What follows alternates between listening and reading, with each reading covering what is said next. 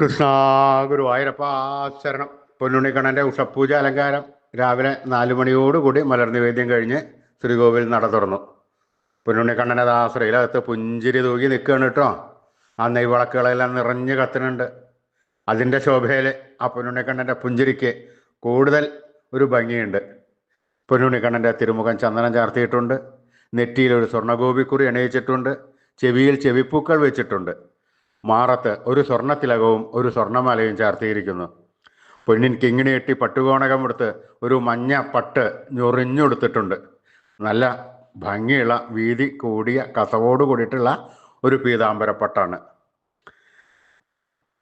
കയ്യിൽ ഓടക്കുഴൽ മാത്രമേ ഇന്ന് പിടിച്ചിട്ടുള്ളൂ.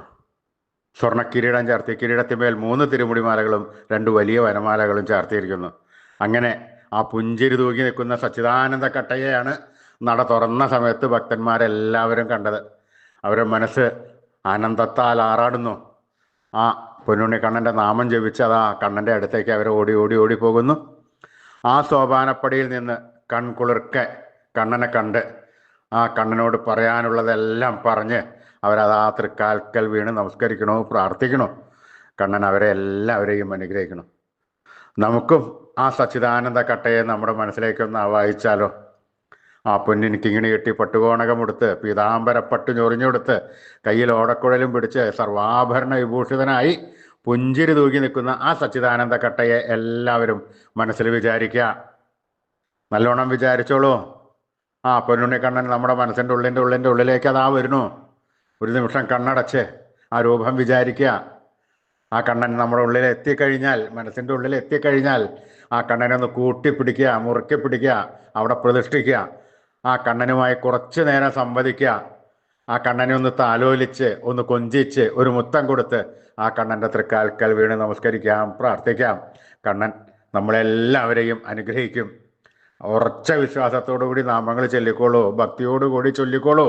നാരായണ നാരായണ നാരായണ നാരായണ.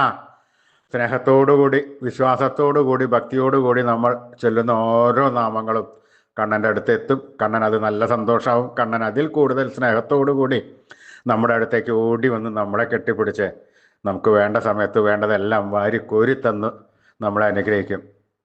ആശ്രിതവത്സലനാണ് കണ്ണൻ. അപ്പോൾ വിശ്വാസത്തോടുകൂടി ഭക്തിയോടുകൂടി സ്നേഹത്തോടുകൂടി ആ കണ്ണൻ്റെ തിരുനാമങ്ങളെല്ലാവരും ചൊല്ലിക്കോളൂ കേട്ടോ. നാരായണ നാരായണ നാരായണ നാരായണ. കൃഷ്ണായ വാസുദേവായ ഹരേ പരമാത്മനെ പ്രണതക്ലേശനാശായ ഗോവിന്ദായ നമോ നമഃ. കൃഷ്ണായ വാസുദേവായ ഹരേ പരമാത്മനെ പ്രണതക്ലേശനാശായ ഗോവിന്ദായ നമോ നമഃ. കൃഷ്ണായ വാസുദേവായ ഹരേ പരമാത്മനെ പ്രണതക്ലേശനാശായ ഗോവിന്ദായ നമോ നമഃ. അച്യുതാനന്ദ ഗോവിന്ദ അച്യുതാനന്ദ ഗോവിന്ദ അച്യുതാനന്ദ ഗോവിന്ദ. ഈ നാമത്രയ മന്ത്രം എല്ലാവരും ദിവസേന ഉപാസിക്കുക. അത്രയും അത്യുത്തമമായ മന്ത്രമാണ്. ഇത് ജപിച്ചു കഴിഞ്ഞാൽ നമുക്ക് ആയുരാരോഗ്യ സൗഖ്യം, സർവ്വസമ്പൽ സമൃദ്ധി, സർവ്വ ഐശ്വര്യം, സന്തതി പരമ്പരകൾക്കെല്ലാം ശ്രേയസ് ഉണ്ടാകുന്നതാണ്. ഋഷീശ്വരന്മാർ തലമുറകൾ കൈമാറി തന്ന ഈ അമൂല്യനിധി ഈ കലികാലത്ത് ജപിക്കുവാൻ അത്യുത്തമമാണ്. അതുകൊണ്ട് എല്ലാവരും ഒരു ഉപേക്ഷയും വിചാരിക്കാതെ ഈ മന്ത്രങ്ങൾ ജപിച്ചോളൂ. അതിൻ്റെ ഗുണം നമ്മുടെ ജീവിതത്തിലുടനീളം കാണും, അതുറപ്പാണ്. എല്ലാവരും ജപിച്ചോളൂ കേട്ടോ. അച്യുതാനന്ദ ഗോവിന്ദ അച്യുതാനന്ദ ഗോവിന്ദ അച്യുതാനന്ദ ഗോവിന്ദ അച്യുതാനന്ദ ഗോവിന്ദ.